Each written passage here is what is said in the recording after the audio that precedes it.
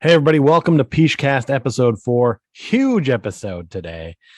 We'll get to that main event in just a moment. But at this top of the show, I'm going to have a few things to say about a trip back to Vermont recently. I went to an AEW show. Going to talk about those two things briefly. Uh, I would be doing myself a disservice if I didn't go ahead and mention Von Miller. Uh, Getting traded from the Broncos breaks my heart to see him go, but I understand the business and the way things work out. And I hope that someday he ends up coming back and retiring a Bronco. His name will end up in the Ring of Fame. Um, man, Von Miller, it's sad to see you go, buddy, but good luck to you in Los Angeles. You're going to do big things there. One of the greatest Broncos of all time, in my mind. A great Aggie, a great Bronco, and a great man.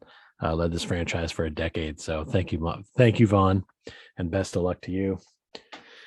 So, like I said, I'm going to talk about my trip to Vermont, the 802, and I'm also going to discuss AEW a little bit. But aside from that, the main event today is an interview with my first real girlfriend, Chantal Vaillancourt. She watched the first episode of the Pichcast, said I'd like to be a guest, and I thought, you know what, that would be awesome because we haven't talked in over a decade. We haven't been face to face since 2008. We discover, and we catch up on everything. We go over some old stories. We go over what's going on in our lives now. Get to hear about her being a mom, which is weird. It's pretty fun when you think about the idea of, oh, would I go back and interview my first ever girlfriend? You probably wouldn't, for maybe a variety of reasons. Maybe you're not friends anymore. Maybe you're nowhere near them. Maybe you guys don't have that kind of relationship. But a lot of where I am today kind of stems from, even that far back. I mean, I think the last time we probably dated was in the early 2000s, maybe. So it really was a long time ago, but there was a lot of stuff that happened, including a very special connection on how I got into the industry I'm in right now. So there's a lot of great stories in there, a lot of good fun times, and I think you're going to enjoy watching us just basically catch up for about an hour. Um, we talked for about a half hour after we went off the recording, and just it was really great to catch up, and hopefully it's not as long before we do so again. And I put this out to ye, everybody, anybody watching or anybody who wants to be a part of the Peachcast. Let's chat. I've got a few people lined up that I do want to try to line up to chat, but I want every show to have me talking with somebody on there instead of having it just me being segments. And I want to have these come out every 2 weeks instead of every week. I need more time to go ahead and dedicate to Court Cousins. And I also need more time to dedicate to the editing that goes into this show. I have to rewatch the whole thing, find pictures and fun things to say and drop it on there. And it takes quite a while. So with my job and the other podcast as well, I'm going to step this one back to every other week. But between Court Cousins and this one, there'll be one every week. With this glowing face and this glowing beard here, as long as I don't lose a bet at some point where I have to shave it off, which is possible because my cousin likes to bet, and I don't have money for betting. So at some point, my facial hair may go online. We don't know. But anyway, I hope you enjoyed today's show. Let's get right to it.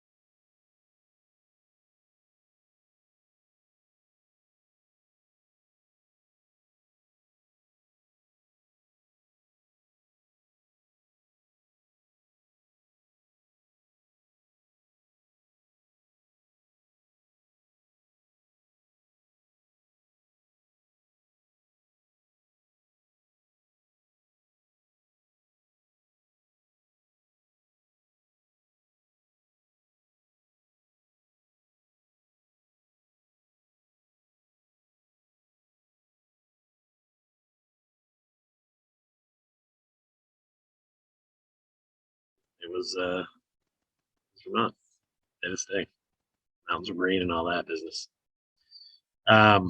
This week, I got a chance to go to BU's campus as well. I went to Agganis Arena to check out All Elite Wrestling. Real briefly, for those who don't know, All Elite Wrestling is a brand that's popped up that is not involved with WWE. And it's a separate brand. It's been taking a lot of the wrestlers that they get rid of and kind of turning it into their own little show and doing their own little thing. The main difference is the time that they give to the wrestlers in the matches. They're taking a little bit more time to develop certain people. Their storylines seem to have, they go a little longer and they have more purpose. And we don't see the same matchups every week. So you don't get sick of watching people wrestle each other because they don't fight all the time. Their tag team division is just leaps and bounds ahead of anything in WWE. And with the exception of maybe the women's division, I would say almost everything is better in ring from AEW. And that's not really to be a knock on WWE guys. There's still some really great talent over there doing things, but on a show-to-show basis, you don't always get a good 15-minute match out of, mid-card guys or low-card guys or even tag team guys. It's just they don't give the same amount. It's really a different kind of style of stuff. And I've become more of a fan of I haven't seen these guys wrestle, and now I want to watch them wrestle for 10 to 15 minutes and have a nice classic match or tell a story, and AEW just seems to do a better job of that right now. So it's cool to see that live. CM Punk was back. Daniel Bryan, now going by Bryan Danielson, his real name. He was there as well.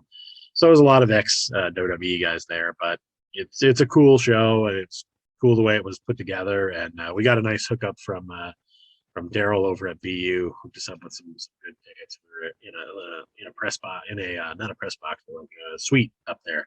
And man, we had a good spot, and it was a good time. Highly recommend if you're a pro wrestling fan. Gotta check it out. Check out AEW for a while. You won't be disappointed. You'll like it. If you were a fringe fan and you kind of got out of WWE, give it a watch a couple times, and then you'll like it. It's definitely harkens back to a different time, and it's got a little bit of that indie vibe. If you've ever been to indie wrestling shows where they allow guys to have time and you get to see guys do stuff, it's a little bit more like that. It's a lot of fun. Hey everybody, every week on the show I want to take you back in time, and I want to show you one picture and one video from my past that has been fun.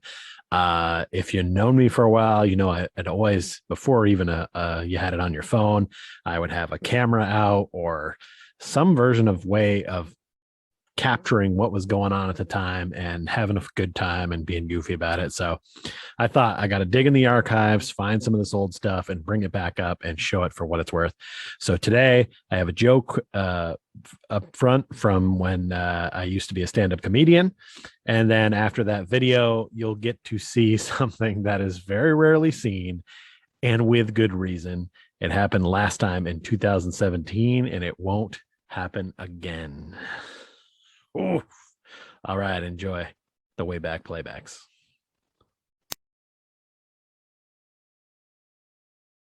I like Star Wars, but I really hate science fiction. Mostly because I hate the science fiction movies, because I just feel like we're unprepared for if these things really happen. We don't know. It's all just made up. It's somebody writing a script. And we've all kind of just taken all this stuff to be true. We know if zombies rise, they're probably going to want our brains. And what if that's not what they want? What if that's not what they're after? Maybe they just rise from the dead and they start coming at everybody and they really just want a diet soda with no calories that doesn't taste like ass. We don't have it. We don't have it to give to them. And we're not prepared.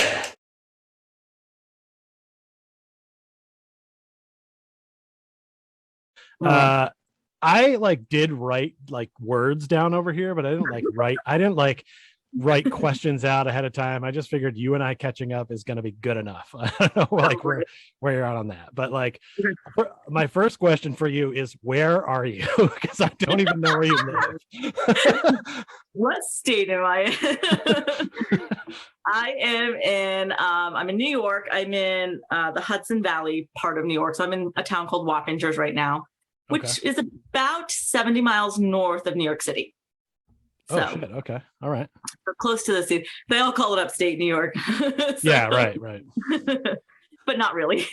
So if I had to guess, I was going to say somewhere in New York because I feel like the last time our paths almost crossed, you were living somewhere near Albany, which I guess that's Yeah, so I'm of, about an hour away from Albany, hour and 20. It depends what part of Albany you're in. right. And Okay. just over an hour from Albany, just over an hour from New York City. So I'm in the middle. So what's been going on? Like what like I didn't know what you even did for work until the other day when we talked to set this up and like what's been up? Like how long has it been since we last talked? Like probably a decade maybe? It has been. I recall exactly, believe it or not. I'm old and I remember what happened 12 years ago, but I can't tell you what I had for dinner last night. Okay. So that's where we're at. You're going away party for when you went to Milwaukee. Oh, wow. Okay. That was a long time ago. Yeah. So I moved back after my brother passed. I moved back to Vermont for like a very short time, like 6 months. Right. Okay. And that wasn't unplanned, but things happen. So then you had your little party before you left. And I think that's the last time we talked. That was a little party. That was Pichcast and it was epic. Well, you were made an appearance, so it was definitely. Yes, I was gonna say, yeah. How is he, by the way? Is he still around, or? I don't even remember. Oh. So for those not in the know who are watching this, Chantal used to have a stuffed Eeyore that when you squeezed him, he made a little honk noise. And like when we were dating, he was kind of like our de facto child, if you will. Yeah. And he kind of went everywhere. He dated our friend Nikki for a while. It was a whole thing. Yep. Yes. Yeah. I might still have him shot. Not a big keepsake person, never have been. So even though but I think I might have had him shoved in this one tote. I literally have one tote of a few things and then mostly my kids' stuff that I've kept when she was little. And that's it. Now he might be in there, but I might have at one point just been like, because I'm just like, purge. So I might have, but I know he did make it to New York with me at one point. I know my daughter had him in her room. He's oh yeah, no, he's not. Eeyore may not be here, buddy, but I told him about Eeyore. Yeah, I still have stuffed animals around. That's all right. You're the keeper of things. I am not. I am, but I've gotten rid of a lot of stuff because since I moved to Milwaukee, I then moved back. I moved down to the New England area. I moved to Austin, Texas for a while. Like the more you move, the more you're like, I haven't even looked at this in 2 years. Why am I toting this all over the country? So I've gotten better. That's what I tell everybody. That's what I tell everybody. The more you move, the less shit you have because you get tired of trucking it around. And I've been all around the country. So well, where have you been? What have you been? What? So it's been like about 12 years since we've talked. Like what? Right. Give me a button. Like where you been since then? Because it's obviously. Since then it's actually not that much.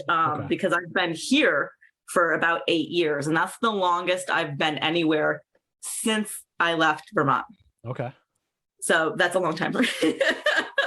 I was after we left Vermont, after we went to Indianapolis, and that's where we were for 4.5 years. That's where I had my daughter.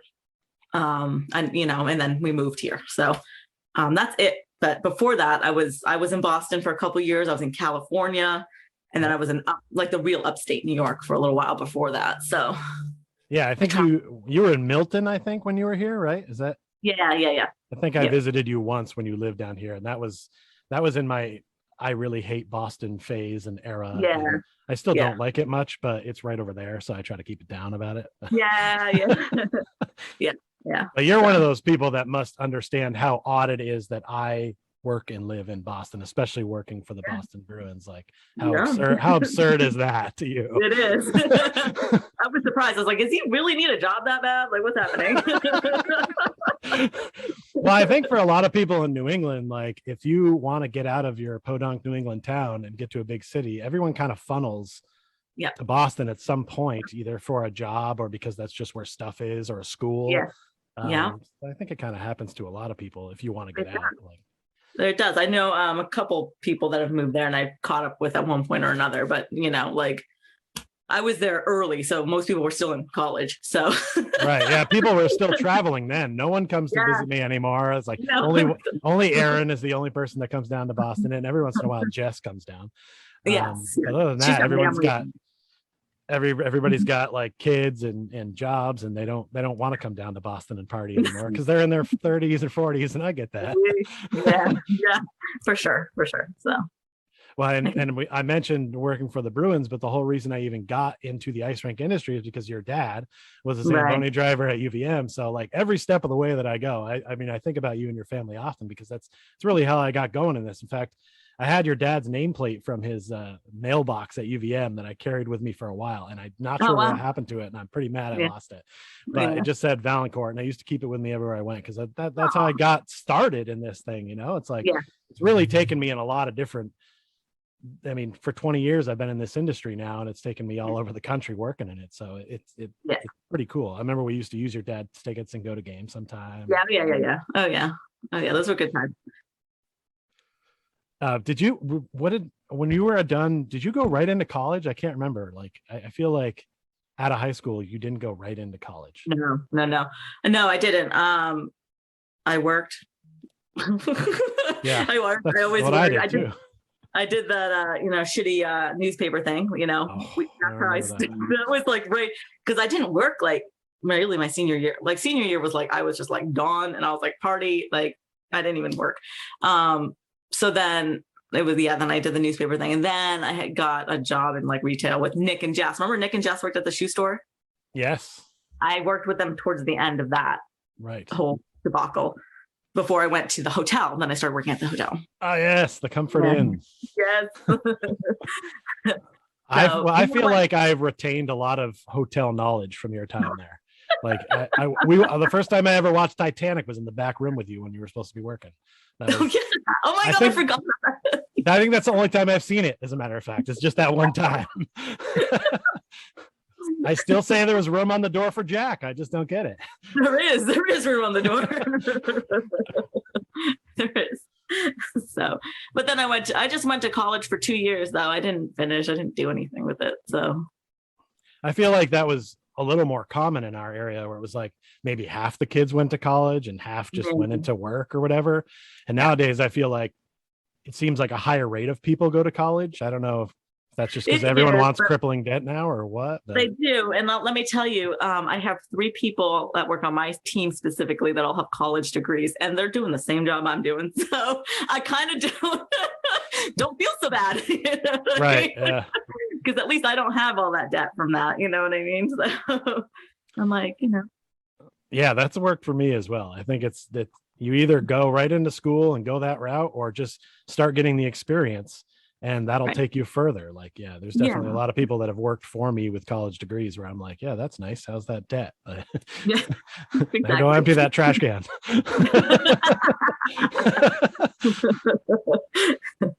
I mean, I could work for them again someday, so I'm usually nice about it, but still. Yeah, right. You're not a complete asshole. You're like, okay, he could be my boss, but. Remind me quickly on your Facebook page on the top. What is it that it says there? I have no desire to fit in. Yes. I saw that when I was going into like find you on Facebook Messenger. I brought up their Facebook page. I saw that pop at the top. I was like, yeah, that's on brand. I was like really happy to see that that's still who you are and what you do. And that was part of the reason that I think I liked you as a person and then, fell for you is that like, you're different. You didn't want to be that basic white girl or whatever. You're like, no, I'm bucking the trends. I'm doing what I want. And like, I liked that because you don't get a lot of that in Vermont. Everyone's like very cookie cutter doing their own thing and it's all the same and it's kind of bland. So I appreciate that about you, that you had that quality because I've always looked for that in a person since. Yeah. I always tell people, I'm like, don't put me in no damn box because I don't fit. I would imagine putting you in a box would be like putting a cat in a box. Like it's going to find a way out. It's scratching around in there. Get me out of here. Exactly. One thing I want to talk about from our time dating, we don't have to go into a lot of details about it. Okay.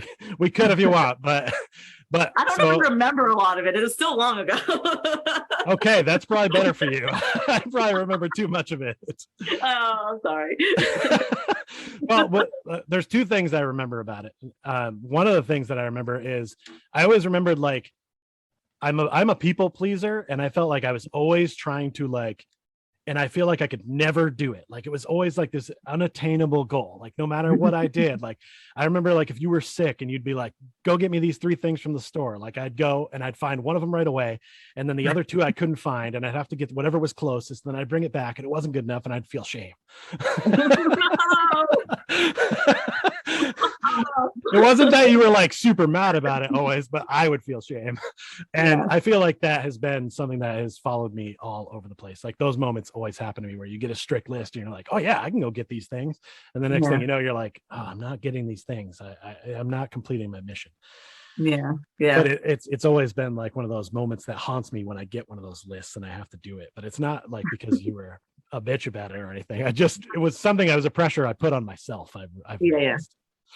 But also at one time when we were in Disney World, oh god, well, I would be doing people a disservice if I didn't bring this up. Of course. I did ask you to marry me at Disney World. Yes, you did. It is a good story when I tell it, because I just basically say that and people are like, oh my god, and I was like, oh yeah, it didn't work out, and they're like, oh, that's so bad, and I'm just like, yeah, I know, right? Like, take pity on me. But it was kind of weird when I did it. And I don't know if I ever apologized, but it was definitely a weird spot to put you in at the time. We weren't like seriously dating at that point. We just happened to be there on vacation, and I just like made a little necklace that said it on it with Eeyore on it, as a matter of fact. Yeah. And yeah, it was a weird moment, but technically still counts as asking someone and being denied. So I do count it as a proposal. I always tell girls, I got proposed to twice. I was like, what's that, Disney World? And you turned it down. That raises your stock. You're like, I didn't know. It was such an odd time. It really was. I was like very surprised. I was like, what? What would you have done if I said yes? Well, we might have got married. Yeah. I mean, that's what I was planning on. Yeah, I guess. Really? Yes. Oh my god. Sure. Yeah, I wasn't doing it as a joke. I meant it. No, I kind of didn't know that. I was just like, where is this coming from? I didn't know. I just really didn't understand. You don't just willy-nilly throw around marriage proposals. I guess not. We weren't drinking, so like no, it wasn't. True. I guess, like I'd have to say, communication for me has grown in the last 20 years. I don't always, maybe should have been like, really? But I was just like, no, what the fuck? Get out of here. Yeah, I mean, you were nice about it. I don't really remember exactly how that all went down, but I feel like you were just sort of like, it put you in an awkward spot, and I felt like it was handled about as well as it could be. I don't know. It was definitely not, I don't know. It was the weirdest thing. I'm not mad about it. It probably was a weird move, but I've thrown up a lot of Hail Marys like that in my dating days. That was probably my first large one. You took a shot. I mean, go you. I love that. I'm glad you did. Yeah, I was gonna say I haven't asked many more people to marry me, only one other person. But I do tend to take big shots like that, because why not? Like I'll lie dormant for like 6 months where I don't even date anybody, but then like I go hard for like a month where I'm like trying to go all in on something, and then it doesn't work and I get disappointed, and then I'm like, all right, let me take a break for a while, and then another 4 months pass, and the next thing you know, you're 42 and you're single, and it's just like, listen, there's nothing wrong with that wall. There's nothing. There are days I'm like, why why any of it? I don't know. So I don't, do you find dating now so much more different than like back then? Yeah. So much, right? It's all so much. It's all like texting and stuff. It's weird. Yeah, I see. I'm a big fan of texting because I hate using the telephone. So I dig that, but I have a hard time getting from the dating app and then we're texting to getting face to face, because like my schedule is weird or their schedule is weird, and like we're adults and a lot of them have kids, and I got to find a sitter, and it's like it's just so much easier when we were in our 20s and we just Tinder was for hooking up back then, Yeah. No, I found that when I was dating after Kevin and I split up, that it was like, when do I ever see anybody? I don't see any of these people. Like, they're all want to blow up my inbox, but then Right. Yeah, like it's like kid schedules or jobs or whatever. If I found decent, they always ended up working 2 jobs and had no time. So I'm like, who are you dating? Right. Yeah. Like I understand because I also had to work 2 jobs and have not that much time, but it's like, oh my God. So it's a thing. Yeah. I don't wish. I love being single because then I can just do whatever the fuck I want. Don't get me wrong. Yeah. But every once in a while it's like, hey, it'd be nice to go eat at a restaurant. I'm not going to do it by myself. And so I don't. Yeah. So You should though. I love going to the movies by myself. That's one thing that I've started doing as, after I became a mom and stuff. And I'm like, you know what? I'm treating my own ass to the movies. That's not a kid's movie and gross and everything else and just something I want. And it's me time and I love it. Like I love it. And it's quiet in there probably. Yeah, sometimes depends on when I go. So what is the marital status and the kid status? Where are we at on numbers? I'm 100% sure. Sorry to ask it that way. I'm not sure how to say. So I call my ex-husband. We're separated. We aren't like officially divorced because we suck at getting shit done. But that's fine. We haven't, we have a great relationship. We only have one daughter. She's 11. And I'm dating and live with my current boyfriend, Joe. So, and he's got 2 kids. So yeah. So you de facto have more kids. That's fine. Yeah. We don't get his kids very often. So it's, it's fine. How have you found being a mom? I always like to talk to my friends about what it's like being a parent, because I know you from obviously a way different time in your life and a lot of my friends as well. And it is weird sometimes when I see them like being parental and it freaks me out because it's like I'm not used to seeing them that way. Yeah, I think it'd be weird to see you being a mom, but I feel like you're just being kind of no nonsense about it. And it's weird to me sometimes. Like I remember when she was little and we did this mommy and me play group or whatever, and all of a sudden I was like the only adult with like these 5, 6, because they were just around the corner, but I was like, where are the grown-ups? I didn't, I'm like, why there's a lot of little bodies here, but it's weird. Like I definitely feel my daughter, she's a lot like me. She's got my personality. We love to bullshit with each other. She's very strong-willed as well and stubborn but I feel like I'm a kid with her, I feel like her dad is the adult. Okay. All right. I mean, I do have to, be like, she has a tendency right now. Her biggest thing is she likes to say, shut up. Like if I tease her, she'll be like, oh, shut up or something. And I really hate that. It's so disrespectful. I'm like, don't come at me with that. And I'm like, don't say that, and that's, I feel like I'm being very mom, like, don't talk to me that way, but, you are mom, so that's okay. I know, just little things, and I know she doesn't mean it, like when your kid, she doesn't mean it in like, I hate you, shut up. She's just being like, and she's just putting words to it because she can't stop talking ever. So, but it's been great. It's been a great experience. It's, I don't know, challenging the first few years, and it gets a little easier. And then it's like, it just progressively just goes and goes. And she started middle school this year, and I'm like not prepared for a teenagehood things happening. I'm like, oh, I'm like, no, can we go back? Yeah, if you say she's a lot like you and you're going to get ready to get into the teenage you era, good we luck. all know that lovely gem of a girl. Yeah. So. Man, all right. What was one of the other things? Oh, Grant Hill. What was the obsession with Grant Hill that you used to have? I just loved him. I just thought he was hot. He was just hot. He was just hot. And then he disappeared.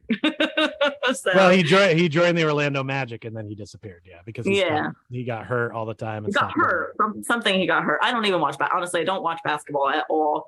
I think I only watched it because you did. So well, I only bought a Grant Hill Pistons jersey because you liked him. So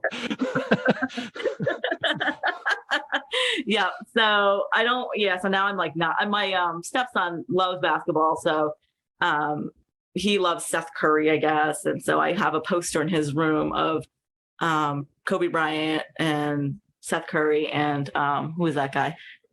I should know who it is. I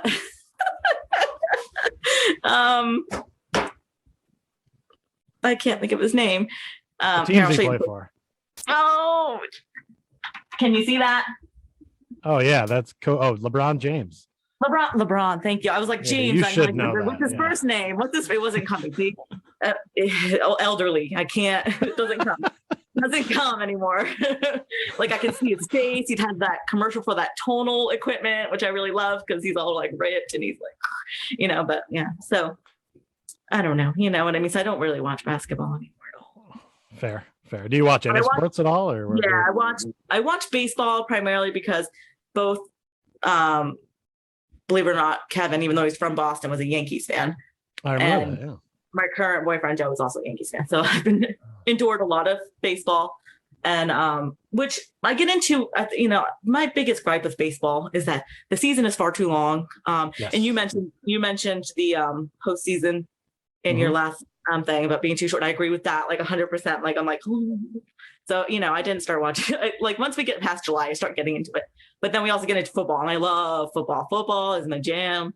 I like watching most teams. Of course, my stupid boyfriend's a Giants fan, and I'm like, kill me. I don't want to watch any Giants games. So, but I do. I endure them. So, but the football's like my biggest, like. Why do you hate the Giants? What's your team of choice? Patriots.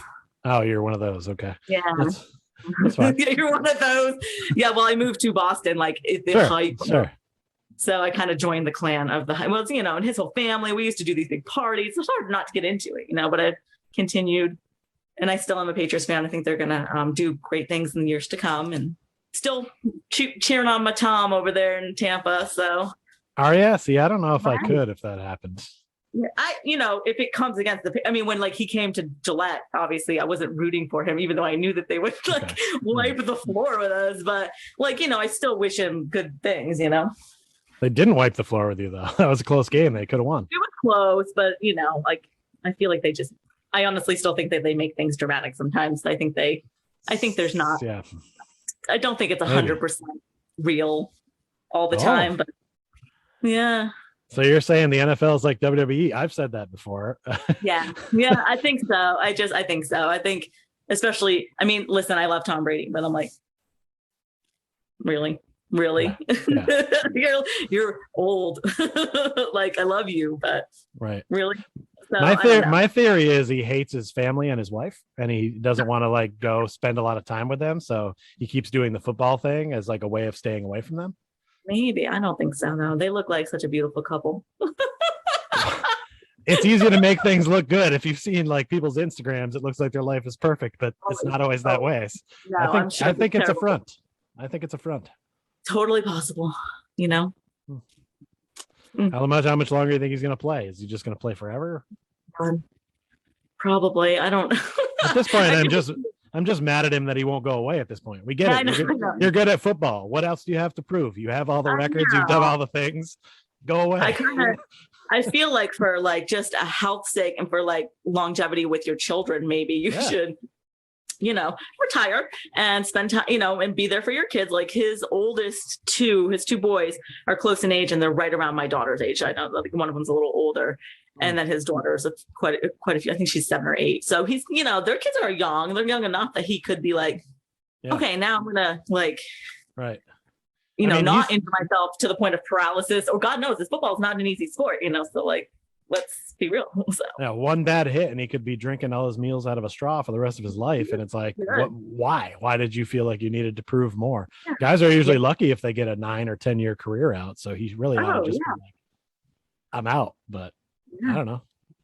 I guess maybe sometimes you start doing something and it's just what you do and you can't stop. I'm a little that way. So yeah. Because if he left and then in 5 years was like, man, I wish I was still playing, it's hard to go back.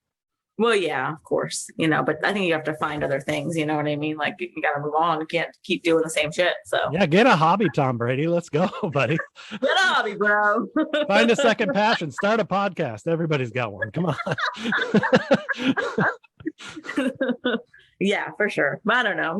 I understand. I understand it's hard. I know with there's definitely jobs. I know Kevin, he's a professor, and in one of the departments that he runs, there's just dinosaurs that just, they're tenured professors. They don't have to leave, but they're 120 years old. Nobody wants to take their classes, but it's I'm like, I feel like there should be a statute of limitations on this tenure. Sorry, like you've reached 75, you're out, but whatever. I agree. I feel like that there should be a age limit where it's like, okay, when you hit this age, you can't do that kind of stuff anymore. You can't teach, or you can't have one of those positions because it just takes a spot from somebody else. Yeah. Then you got all these kids every year getting out of college and there's no jobs for them. Right. There's that too. And then they come work for us. Yeah. You know so what's really... No, go ahead. No, go. All right. So what is it exactly that you're doing for work? Because we didn't talk about it on the show. Okay. So I guess I could probably say nobody watches your show, right? I could probably say. Wow. Wow. You don't have to say the name of the place. Okay. Yeah, it's a big box store, y'all. Okay. So I am a merchandiser. So we are a team that works within the store, and we set up most notably the large displays like Christmas. We just did Christmas a couple weeks ago.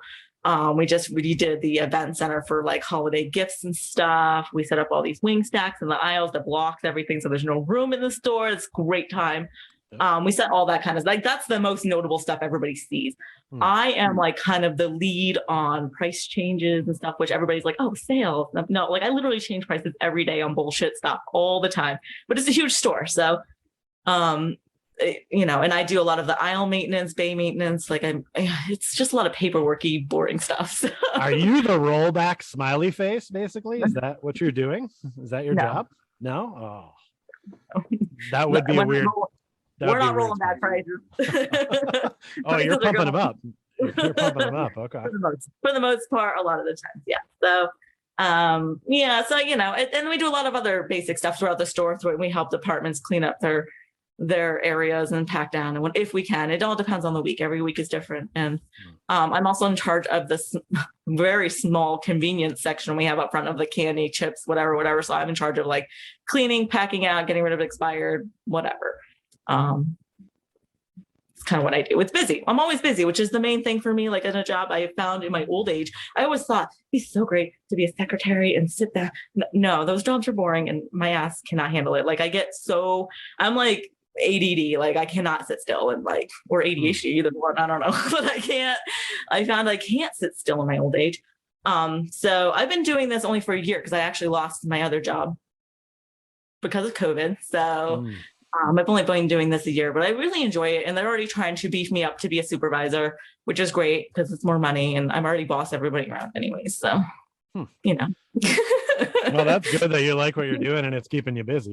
Yeah, I'm a little the same way. I like to have stuff to do. Every once in a while, a slow day is okay, but it makes the day go by fast if you have stuff to do and you're busy. But you mentioned ADHD. Do you think you actually have it and it went undiagnosed? Because they weren't doing that back in our day. So they weren't doing it back then. I mean, I don't know about the hyper part. I haven't like looked into all, but definitely an ADD. I cannot like stay focused on anything. I think it's gotten worse. Probably with technology makes it worse. Like if I'm watching TV, I am on my phone. I am never just watching TV ever. Which I think is kind of a problem. Actually, at one point I caught myself reading a book on my phone and watching a movie. And I'm like, how can I do all three of these things at once? I don't know. Wow. That in the book, that is a degree of difficulty I would not try. That was just ridiculous. I was like, all of a sudden I picked up the book and I'm like in my phone. I'm like, what is happening? What am I doing? I'm like beyond, I don't know. So, So I don't know. I probably do have ADD. I know that for sure. I could sit through an entire class and not hear a single word. I could easily do that. I could easily just tune right out. And so I had, and I didn't know this about myself till very end, maybe end of high school, that I had to really certain classes concentrate and like really focus in and be like, you're going to do this. So I knew college was never going to work for me. I'm terrible at it. See, I thought college was going to work for me because I was like that in classes I didn't give a shit about. But in college, when you get to pick the classes that you give a shit about, like when I had journalism class, I was all ears. Social studies, I got you. But like in science class, I was talking to you and everybody else because I'm like, I don't care about this. Exactly. So I thought when I got to college that eventually that I would take classes I liked, but then, and it was working for me at first at UVM, because I got the classes for free. Yeah. But then eventually when I had to start taking like some math and some science classes to meet criteria, that's when I was like, I don't feel like dissecting a brain next week. I think I'm out on this one. Like, that's what I found too. The only 2 years that I did, it was all like requirements. Okay, you need to get this math. I'm like, I struggled in high school with this math. Why are you making me take it again? And then it's like, and I also found like with math specifically, I have to have the right teacher. Otherwise it's just not going to go in. And I struggled with multiple semesters of not the right teacher, and it's just like, you know what I mean? Like I hate math, I hate science. So it's just never going to like, why am I, forcing myself so hard? Like, I don't know, like, especially at this point now, I'm just like, all right, whatever, I'm never going to retire. Like I don't have a degree. I'm never going to make more money. It's just, I'm just plugging away, just doing my thing. So yeah, at some point, like I stopped taking classes and just kind of was like, I'm going all in on the experience, and I'm just going to go in all in on this rink and arena thing, and it's worked out okay, but I'm still not making as much as I probably would have if I'd have gone the other way. Who knows? But it just got weird being in college classes as I got older, and the kids stayed the same age, and it wasn't all right as it was in whatever that film was. But it just got to the point where I'm taking freshman classes, and I'm just like, I don't want to work on these projects with 19-year-olds. I'm 25, 26 now. Like, yeah. But it was still fun. It was good to be able to get them for free at least. So at least I tried it out. It didn't really cost me anything but my time. So, and I'm still technically a sophomore in college. So I get to check this when I go to the some college, and I get to check that box, and it makes me feel good. I'm a little better than just high school. So remember that time we went to Florida and it was on fire? Yes. I tell people about that a lot because I remember it was actually like snowing ash. Yeah, it was crazy. In Daytona, and it's snowing ash, covering cars. I'm the only person with a snow brush. And it was bizarre. We had tickets to a race and an arena football game. They all got canceled. And it was like, canceled, why did we go to Florida in July anyway when it was on fire? What were we doing? Being stupid kid. And in your car with no air conditioning was amazing. It was a great time. Do you remember that? I do, yes. And we listened to that Usher CD nonstop. I know every song on that track because of that trip. It's a long drive from Vermont to Florida, and it was Usher all the time. Because I was like, I want Usher. I've been actually re-listening to some old Usher stuff, and that came up today, that one of those songs, and I was like, yes, oh my God. My aunt actually still lives in that place we stayed in Daytona, and the same one? I have not been there since that day, but I'm going this January. Oh my God, that's so funny. That was a nice place, though. She had a really nice place. It's super nice, yeah. Right on the strip. I bet it'll look even better with sunshine and not raining ash. Right, yeah. When the state's not on fire, I'm hoping it's not on fire in January. That is the goal. I hope not. Yeah, that was bizarre, but I think it was just because you guys had just got done your senior year of high school. I think that's what it was. You graduated, and we were like, let's go. Yeah, and then like coming back was like, I don't know, like we stopped in Roanoke, right, for the 4th. We did. Or we wanted to stay for the 4th, or I don't know. It got like weird at the end. Yeah, it was around that time. Yeah. I don't remember I think the race was supposed to be on the 3rd or 4th of July, and then we came up afterwards or something. But yeah. I don't remember how long we stayed in Roanoke, but we did stay in Roanoke. That's right, because that was when you like learned what Roanoke was as a thing, and then we ended up moving there. I almost forgot about that. Yes, we did. We lived there. Almost didn't even bring it up. The first time that I left Vermont, you also left Vermont at the same time. We lived in Roanoke, Virginia for a month. Yep. You had found a job, but I had not. Yeah. I found a job before we even left because I had the hotel hookup. So I was just like, where's the closest hotel? Oh, okay. All right. It's wonderful. Yeah, it was actually terrible. It was a terrible hotel. What? So why didn't that work out? I know why it didn't work out from my end, but you could have stayed, but you were just like, no, fuck it, I'm out. No, your mom wanted to charge like an obscene amount of rent. So I was like, no. It might have been it. Yeah, the basement was unfinished and had a large spider problem. I remember. Yes, the spider problem was an issue. Yeah. Man, yeah, I've told that story a number of times. Like, I got to the point where I slept upstairs in the living room. I could not stay down there anymore. You roll over into a pile of spiders only so many times before you're like, no. I draw the line. A pile. There was like one ginormous scary spider that like did it for you, and you were like, I'm out. Yeah. You're like, I'm out. Yeah, it had potential, but I'm glad it didn't work out, because like there's no way, I'm sure for you as well, there's no way my life would have gone in the same direction if I'd have stayed there.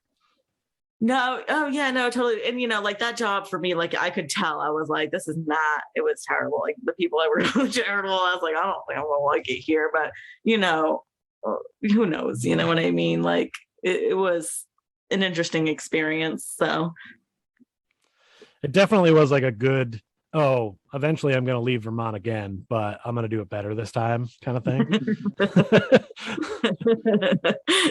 I did the permanent thing. I left and I'm like, I'm out. Yep.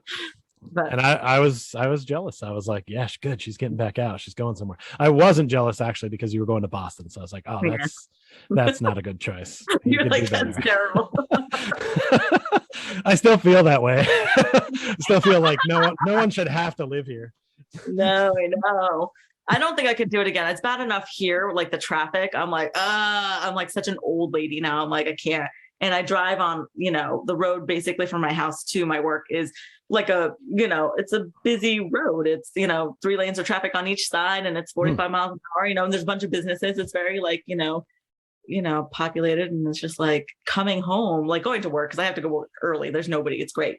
But in the afternoon, it takes me like twice as long because of traffic and people, and it's New York. It's like Boston. It's terrible. Everybody a bunch of assholes, so it's like, I hate people. So it's just an asshole with a different accent. Yeah, basically. Yeah. So one of the things I'm always asked whenever I go back to Vermont is, people are always like, oh, would you move back to Vermont? So like, where do you land on that? Would you ever move back? Probably not. I have nobody there. My family's not there. No. I'm thinking a place with, less snow and humidity, like a nice desert somewhere would be great. Okay. Right now it's like my main thing why I've been here so long is because my daughter started school, and I was very adamant, and her dad was very, on the same page that once she starts school, we're not moving her, because I moved 3 times growing up and changing schools and all that nonsense. And that's terrible. Like, yeah, that's tough. So I was like, I'm sticking here. But I tell my daughter all the time, I'm like, hey, you're going to be 18 in 7 years. I could the countdown, right? So I'm like, 7 years, you're going to high school. Mama's getting out. And she's like, oh, Mom. She's like, and she still loves me. So she's like, I'm going to live with you forever. I'm like, okay. I'm like, if you see that, she's like my retirement plan. I'm like, you're going to have to take care of Mom. I'm like, you're going to have to, take care of Mom. She's going to have to live with you, because she did not do a smart adult thing. That's not the worst plan. Yeah, you could get a house and like have a guest house that she stays in. So at least like there's somebody to watch, keep an eye on you. And, that'd be the other way around. She would have the house and I'd be in the guest house.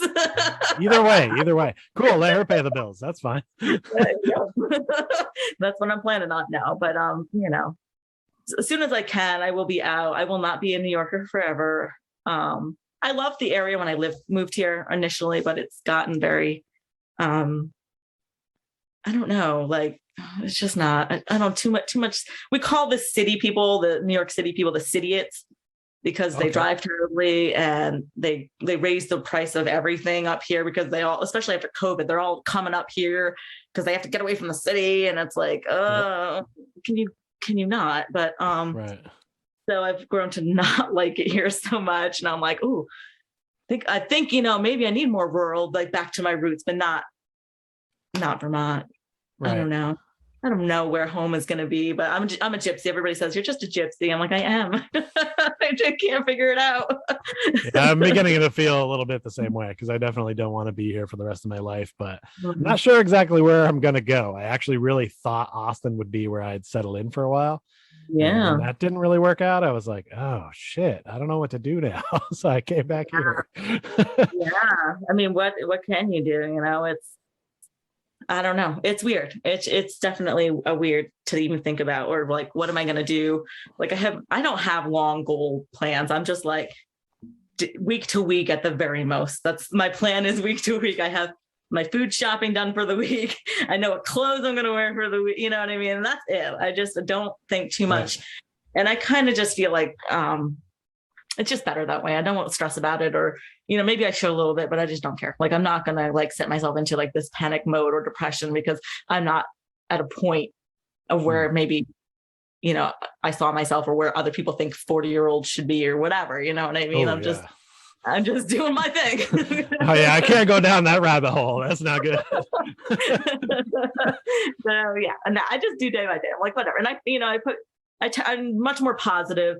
And at this point in my life, I'm just like, you know, day by day, I put good vibes out there. Honestly, the last 5-6 years, I've really had a lot of good luck. I met really great people, got really good opportunities with jobs and other, you know, side jobs and things because of just being a positive person and being, you know, just putting good juju out there. I like to say, you know, it doesn't matter whatever, you know, whatever you believe or whatever, but I feel like positivity has really brought more to me than not. So that's where I'm at. I'm like, you know, the most at work, I'm always like smiling, happy, greet everybody. I'm always like in a good mood.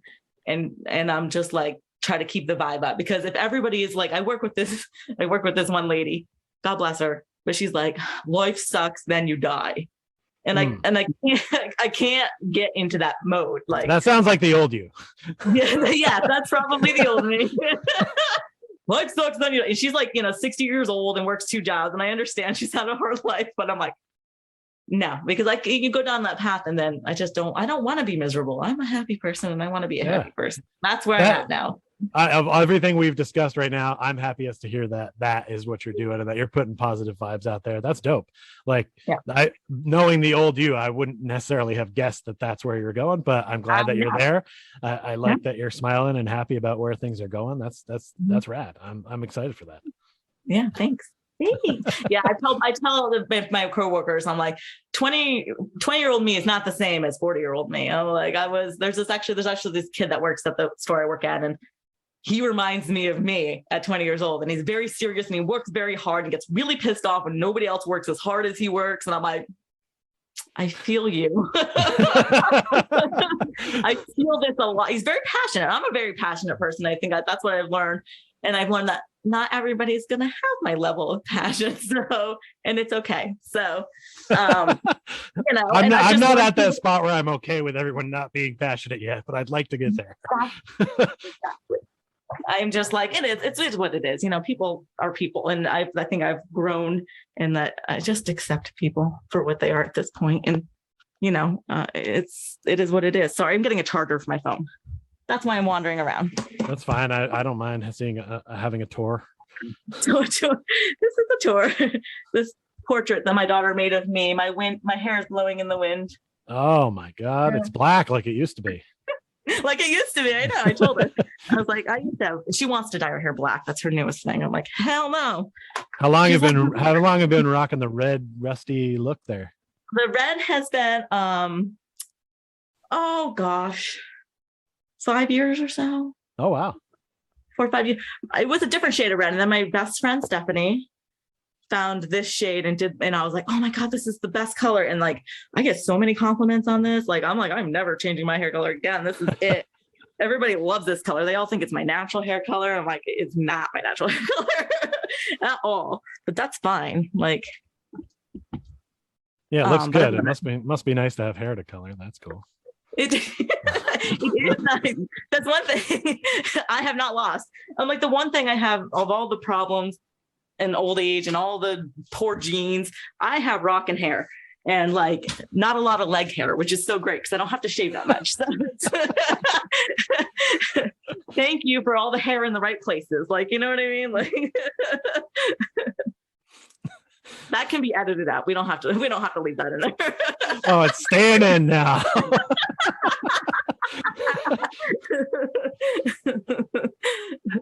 Did you go back to Vermont for any of the reunions of like high school stuff or any of that kind of stuff? So yeah, my 10-year reunion was the same time, same year that my brother passed. So I was in town for that. That's right. Yeah. So I went to that. I don't know why I went to that because of course everybody's like, you know, they either knew what happened to my brother or asked me about my brother. I'm like, this is terrible. Why did I come to this? This was a poor choice. Yeah, that was at that place on Church Street, right? I think I crashed that. I think you did. Yeah. Yeah, the place on Church Street. I mean, I almost graduated with your class, so I figured. Huh? Yeah, you I did. almost I know. graduated with you, so. You almost did too.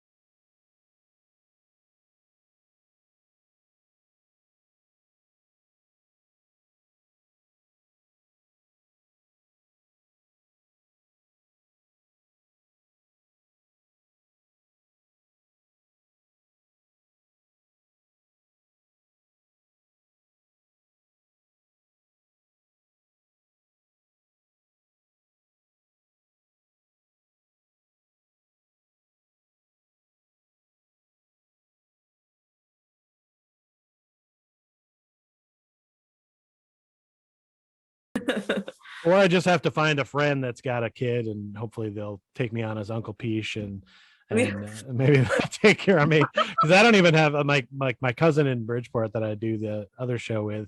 He's Yeah. like 10 years younger than me, so maybe he can help. But maybe. he doesn't have any kids either, so he's got to get But on you that. have time. I mean, you have time too. You never know. You might find a young one that wants to have kids, you know. It's I mean, if you possible, want yeah. to do that. That unfortunately, that's what I find a lot here, because in Boston it's a lot of college kids. So I find a lot of Oh, God. Yeah. people in their like 20s and stuff like that sometime, and people still think I'm pretty young. If I go out to the bar, like girls in their 20s talk to me, and I'm just like, I don't think you should be over here. Like, go over there. Like, You're like, what's your age? Can I see your ID?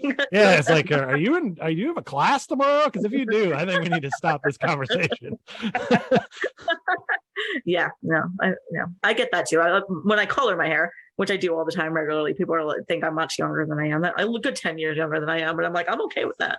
It's fine. I don't mind absolutely. being 40 though. Like, I'm not upset by it. I'm like, it is what it is. We are what we are. But no, I'm like, That's cool. You got any shows or anything you want to promote while we're on here? Any? I just started watching this. I just started watching this Netflix series that my dentist recommended last week, and it's really cool. It's called Midnight Mass. So if you haven't checked it out, Okay. check it out. It's Was it very on intense. Netflix? It's on Netflix. Yeah. I don't have the Netflix. Well, should. I can't have everything. I've got all kinds of stuff already. I got I'm YouTube sure. TV and HBO Mhm. Max, and at some point, isn't somebody just going to come up with a service that puts all those things under one banner and call it cable again? Like, what are we doing?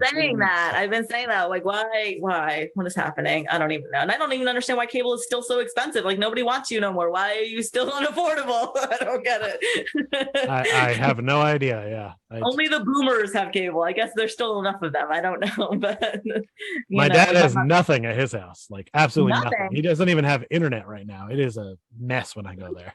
What is he doing? Well, he's been traveling a lot since my stepmother passed last year. Right.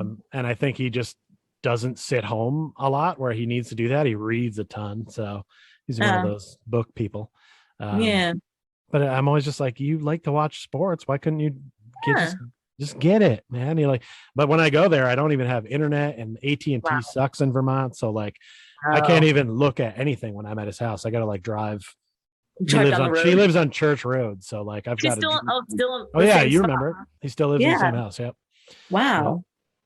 So yeah, I have to drive a little bit out of the Colchester area to get signal. It's pretty bad. AT&T in Vermont is the worst. If you don't have Verizon, you can't do shit there. Yeah, I have Verizon. I guess I could go back and check it out. I talk about bringing my daughter up. I've actually made pseudo plans with Jess Buchanan a couple times, but like of whatever reasons, they just don't pan out. It's just like, I don't know, like it's just, there's never enough time, I guess, you know what I mean? And I haven't gone back. So, I don't know, but I also kind of feel like this, obviously the specific Colchester, Burlington area was where all my people are, like, I know. Right. But like, I kind of want to like go to like the cemetery where my grandparents, my brother are at, which is nowhere near that. It's another part of Vermont because I haven't been up there. My grandmother passed, when I was pregnant with my daughter. So I couldn't fly. I was like in my 9th month or whatever. I was very far along. So I couldn't fly to go to that, which was fine. Like, she had Alzheimer's. She'd been like very sickly for a while. So it wasn't like a big surprise that she passed, but it would have been nice to like go up there. And it's like, why do we have like the family in the middle of nowhere in Vermont? Like there's no family around. It's like in nowhere's land. So, I mean, that's for me, like, I think heavily on my mind recently to go there, which it's like a 5-6 hour trip. It's not close. So. Right. Yeah. It's time consuming and it's hard to find. I mean, I have family all throughout New England. Sometimes it's hard to even plan time to go see all of them. So it's like, and then now you got to go up to Vermont and you want to be up there for a few days because people want to see you. And it's like, well, but you're using your vacation time on that. And you're like, well, shit, when am I going to see some rays and enjoy some warm weather? Like never. I'm like so limited right now. It's every time I get a chance to have like a couple days, like my daughter's spring break and her dad's a teacher at the college. So the college spring break doesn't line up with the elementary school or middle school spring break. So like, I usually try to take some time at spring break with my daughter, but like, I can't take the whole time. So it's like a couple days here and like 4 days here. And like, it's just insane. And my daughter's birthday is 4th of July weekend. So that's always like time I got to take. And I just feel like I don't ever have and I've also not been on any job with a long period of time to have extended vacation. So I only have like a week and then some sick days. So I'm always just like, I only have a couple days or I only have 24 hours. So yeah, lately I've been noticing that I think, I don't remember where I saw it first. I think I may have heard it on a podcast that I think Americans work too much. I think like a lot of other countries, like everyone has 3 weeks of vacation or holiday, as they call it in some areas, where they like just get away and they leave town and it's normal. But like people in America are like always hustling and like, I think we do because we have to. I would certainly love to take a break. I just can't afford to, or I don't have the time. So it's like, I think something's wrong in the structure of America that has made it that way. Huge problem. I think everybody in America, it's too much about like getting the next thing. I want this, I want that, I want the latest this, I want the latest that. Well, if you want those things, you got to work 24/7, and it's like insane. Like, and I just don't think that American culture really cultivates like personal time to like rejuvenate and go, be a productive human. They just don't consider that to be a thing. And I think that's going to change with that younger generation that is quite honestly lazy in my book. But like now that I think that people are taking mental health into account, I think there is going to be a little change going forward. But for our generation, we're kind of like, we have to work, must work. I do this now, I do this. Like, it's always one of the first questions I ask people when I meet them is like, what do you do for work? And it's sort of like, should that define a person? It does for me. It defines me, like what I work in a unique industry, and it's a fun story. But for somebody who's like an accountant or something boring, they're like, they don't want to talk about what they do at work. It's not fun. So I'm like, oh, I feel sad for you. But at the other point, it's probably not supposed to be all about work. And I'm kind of realizing that too late now. No. Yeah, I don't know. I feel like they're definitely like the younger generation. Like on my team, we have anywhere, the youngest is 26, the oldest is 60. So, and I'm like in the middle. So we have a whole group of aged people. And I don't even know, like there definitely is a couple of the 20-year-olds, or there's definitely one that's like cannot stand. But like the youngest one, actually, she's a really hard worker. She's also, I'm not even gonna bring that up, but she's a hard worker, but she brings up a good point at times. And she's just like, and I think that this younger generation is going to get this done, where she's like, we get new people in, and she's like, and she and I were trained as trainers, and she's like, I don't understand why we don't get paid more, because we train people. I'm like, and to me, it's like, it's always the way it's been for me. Like, I've gone every job I've trained, have God knows how many people at every job here and there and the other thing. And all of them, though, are like more demanding. They're like, we should be getting paid more. These things should be happening. And I'm like, yeah, you're probably right. I never questioned it. I just did what I was told. So maybe. Yeah, they're definitely asking a lot more questions. But sometimes I feel like, you'll see people come in and it's like, oh, you've only worked here a year. You know how many toilets I had to scrub to get to the point where like I was driving the machine? Like I didn't just come in day one and like I'm doing the fun stuff. Like you got to do some of the other stuff first and work your way up. And I think like some of that, they don't want to take like unpaid internships as much and stuff like that, because they always feel like they should be. It's like sometimes you got to work a little bit for free, prove your worth, and then you'll get moved up. That's always worked for me. So like I'm comfortable with it. But I feel like the younger generation wants, a job right out of college that pays them a lot. And it's like, well, obviously it'd be nice to get out of your parents' basement, but go do some free work for a while, show your value, and then a place is going to keep you and they're going to pay you. Like, so. Sure. Yeah. Hopefully at some point they all smarten up to that. What's really sad about me not having a kid though? I got a ton of wisdom that's not being shared with the younger generation. And that's why I had to start the Pichcast, because people need to know these things. You kids, you're going to learn.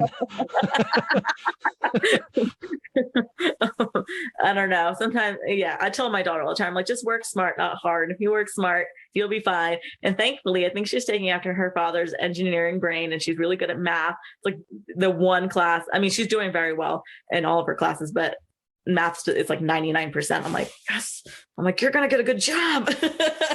You're going places. And I call her the lawyer because she argues everything. So I'm always like, okay, lawyer, whatever I'm like, and she's like, Mom, why do you want me to become a lawyer? I'm like, you already are a lawyer. I don't need that. Well, is she winning these cases, or is she just arguing? Because if she's winning, then maybe she should be winning.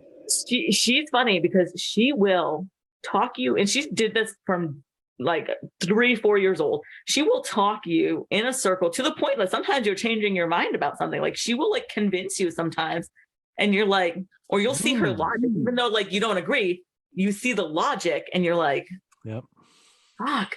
Oh, so she is good. Yeah. Not all the time, but sometimes she just argues to argue. The grass is green. No, Mom, it's mint tea or something, whatever. She can just argue to argue because she's a know-it-all, and I don't know where she gets that from, but she's I do.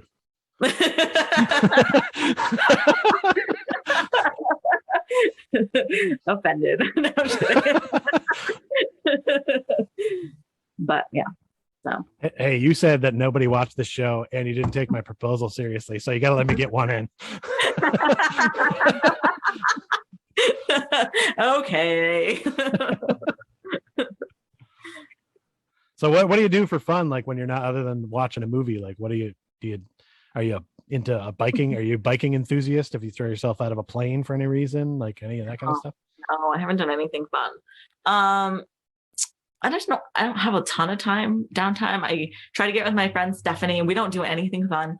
We usually go to the mall and act like we're from in the 1998, and we're like walking around the mall and like going to Bed Bath & Beyond, like. So do you steal makeup or what?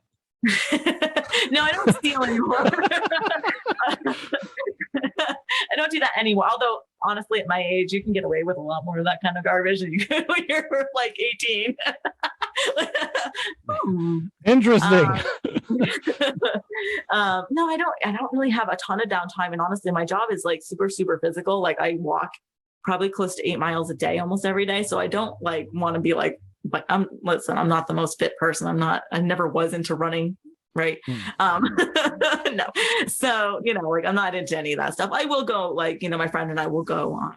We'll go on a hike. It's like a walk, but we'll go on a little hike, or we'll go to the mall or whatever. I don't really do anything like, anything other than, like I read, I play games on my phone. I have my kid a lot. She's in softball and sports, and it's really like, that's kind of like my second job. So yeah, like I don't. You were on the high school basketball team.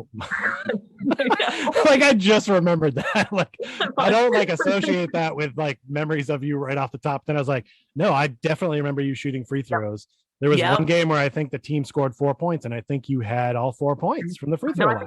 Two or three. Was it just two? Well, either way, you led the team in scoring. So I was the high score, which is sad because I wasn't that good. So. Don't beat yourself up. The team was terrible. The team was terrible. Yeah, and running is not my forte. So like, why did I play basketball? I have no idea what the hell's wrong with me. I don't know, because you like you said, you never were like big on fitness or running or any of that kind of stuff. And basketball involves a lot of running. So I don't know why you did that. It does. This is the newest argument, because my daughter plays softball, which she like is okay. My daughter likes sports. She doesn't like competition. So honestly, like that's gonna be sports is not going to be great. Like her father keeps pushing her into these, and I'm like, this is not great. It's fine to do like a rec league or something, but like anything serious, she doesn't have my competitive drive at all. Which is fine. You don't need that in life. But so I signed her up for like this tennis thing for the winter. Like, and it's just like a what do they call it? It's not a serious thing. She's going to learn, and she's convinced that there's less running in tennis than softball. I'm like, do you watch TV? False. These are one of the things she likes to argue. And I'm like, okay, we'll see when you start. Softball is probably one of the least running sports, which is why a lot of old, out of shape people play softball recreationally, because there's not a lot of running involved. No, that's why I liked it so much. So yeah, that's the complete opposite. She's wrong on that one. Yeah, of course she's wrong. Please, come on, she's a child. Sometimes I just let these things work themselves out, though. So I'll let her try that out. You tell me how it goes. So. Yeah, how does that work for you as a parent? Are you able to just like, if you see her about to make a mistake, can you easily pull back and just be like, gotta let her make this one? Or are you like trying to stop it from happening? It's hard. It's hard. I was not good when she was little, for sure. Like when she was like learning to eat and all, it was like everywhere. So I was like, oh my God. My control freak and clean freak self was just like, oh my God, I can't handle it. And she's actually still like the worst eater. She really is just terrible. But maybe that's just because I know, she always has food on her face, and I'm always like, I want to get a napkin. And she's like, oh, Mom, you always give me such a, like, I just don't want you to, I'm like so petrified she's going to be picked on in school because she has food on her face. She doesn't comb her hair, but she doesn't worry about these things. So why do I don't know, but she just, I think I'm better now. She's getting older. Depends on what it is, but she's pretty level-headed. She's not shy at all, which is great. She knows not to, do things. I don't know. She's a good kid, like, I don't take any credit for it. She just does her thing. I'm just like, I'm here on the sidelines, just keeping you alive. I don't know.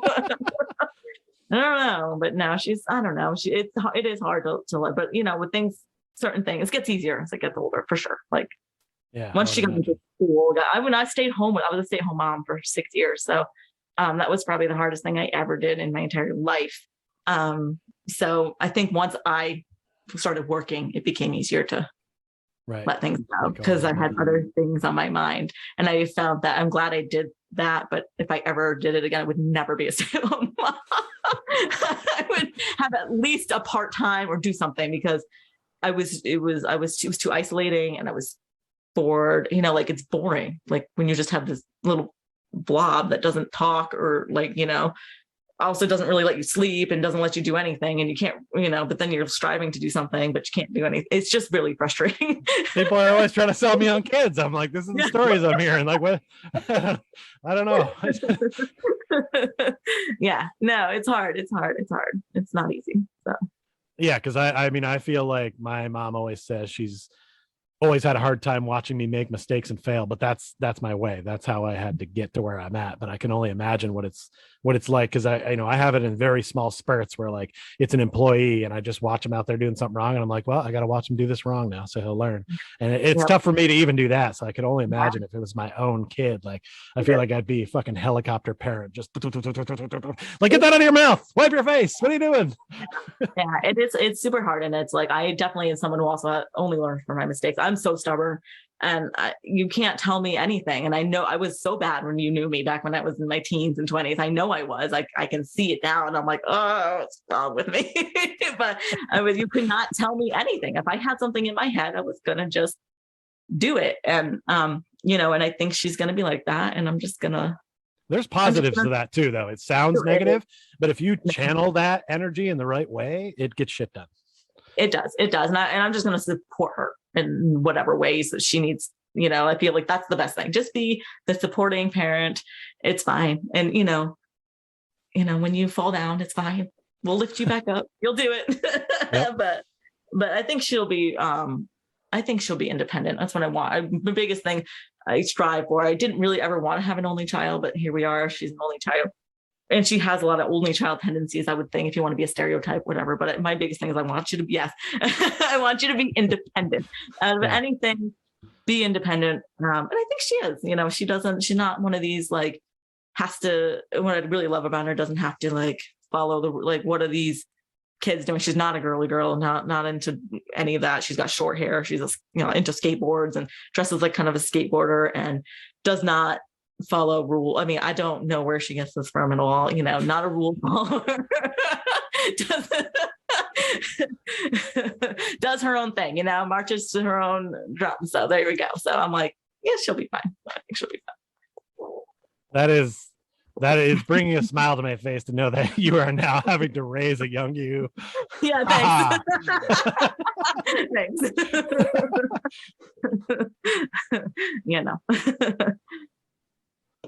Wow. Well, This has been good. I'm glad we did this. Yeah, me too. It's been too long. We should definitely do it again at some point. I appreciate you coming on and like being open to talk about kind of whatever we were talking about today. I really didn't have much doubt that that's the way you were going to be, because that's always who you were. So right. But like I told a few people that like I was having you on. Some people who didn't even know you, but then I explained like who you were, and they're like, "What?" And I'm like. Yeah, it's gonna be fine. And they were just like, I don't know, man, that sounds weird. Like, because I mean, like you were my first like adult girlfriend, I would say. Right. Like, exactly, for sure. You date people when you're in middle school or whatever, but nothing serious happens. But like we went through some serious shit together, and kind of like we learned some stuff and we moved on. And I think we're probably both better for it. And we, in the long run, even the worst times probably weren't that bad if we really think about it. And here we are. We're still friendly enough with each other that we can talk after all this time, and it's all good. And I thank you for your impact on my life and all the ways that it had, you and your family. And it's been great catching up with you. And I'm gonna stop the recording, but if we want to stop afterwards, we can say whatever. You got anything else you want to say before I stop the recording to the good folks, to the nobody that watches the show that you're on right now? All you nobodies. Thanks for watching. All right. Thanks, Chantal. Yeah.